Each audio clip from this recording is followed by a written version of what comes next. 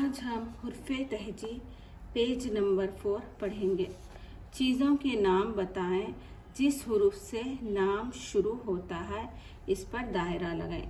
यानी अब देखेंगे यहाँ पर किससे क्या शुरू होगा, बा से क्या शुरू होगा, बिल्ली। ठीक है, आपको यहाँ पर दायरा सर्कल लगाना है। इसी तरीके से आप पूरे पेजों पर सर्कल लगाना है। ठीक है,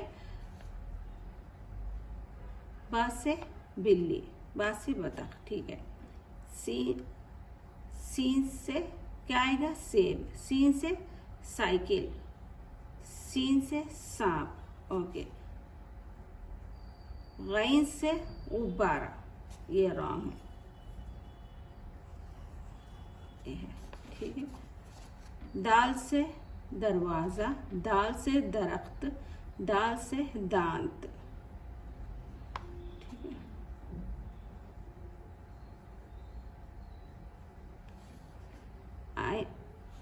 आ से आँख, आम, आटरू।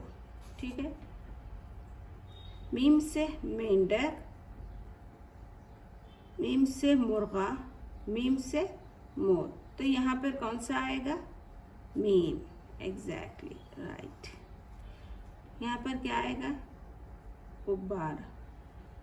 इसको नहीं मालूम, इसको क्या बोलते हैं। ठीक है, ये सीन। यहाँ पे इनमें से कौन सा आएगा, यस दिस इज। यहाँ से इनमें से कौन सा आएगा, दाल। एग्जैक्टली।